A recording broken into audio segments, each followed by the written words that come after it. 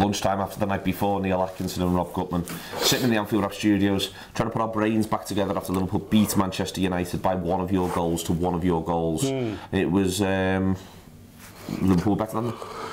Yeah, we were eventually, certainly over the 2 games. It's hard to make sense of it because it was at the same time one of the most traumatic experiences of my life and one of the most joyous, which is why the football, we love it so.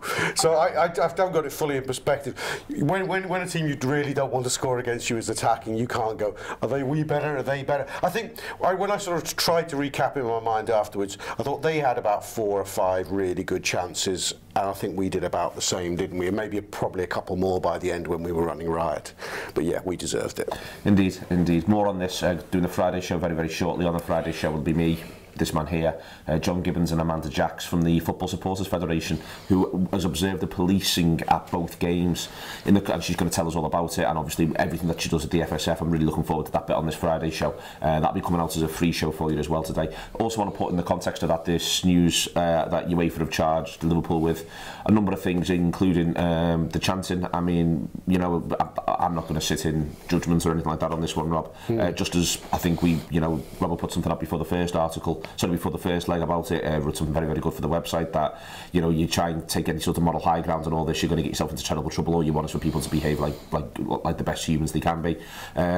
It just seems very, very strange that one party is charged and the other one isn't.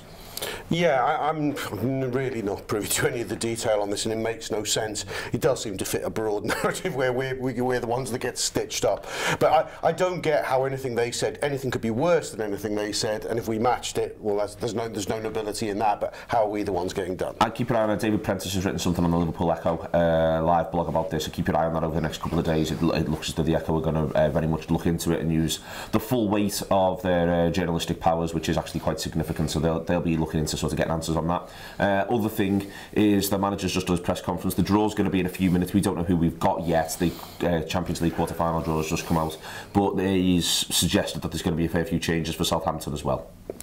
He said he's got to look, he's got to analyse. I think he's got to put them on the machines. I don't know if he will make a fair few changes for Southampton, really, because he's shown he wants to pick his winning team. They have had 7 days rest before then. I think it's about how they come back in, you know, they rehabilitate by tomorrow. And the draw. Can we talk about the draw? Yes. Full of excitement on the draw. Always the balance between wanting the crappiest team and the best away. And this occasion it merges in one harmonious shape of Sparta Prague. I thought you were going to be a Sparta Prague man. I'm a Sparta Prague guy. He's that We're sort of coming guy. at you, Prague. He's that sort of guy. That's the way in which he's going to roll. There's going to be more and more stuff throughout the day today. As I say, I mentioned the Friday shows. The subscriber show, the wrap up, will be out later on. We're doing an AFQ later on. I'll be asking for your questions from about 4 o'clock, 4:30 for that. We're recording another show. It's a busy day, which you could do without when you were in Pop World till 3:30 in the morning. But you know, you've got to make the best of these things. And yeah, it's one of them. Really, the Reds won. Hooray! We all won. See you next week. I was just thinking, I actually got out of bed this morning at 5 o'clock. I couldn't sleep and stayed up. I'm knackered. It's entirely opposite. He hasn't switched it off yet. Really? Well, fine. That's gold.